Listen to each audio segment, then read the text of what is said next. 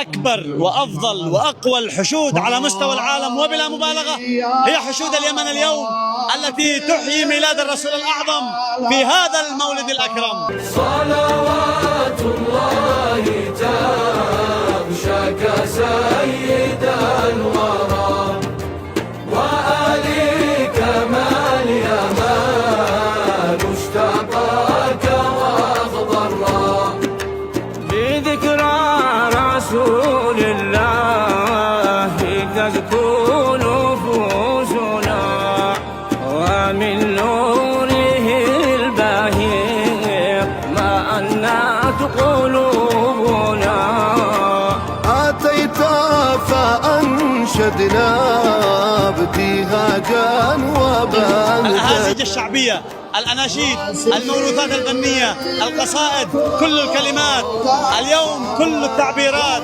تتسابق وتتزاحم وهي تعلن حب اليمنيين لرسول الله.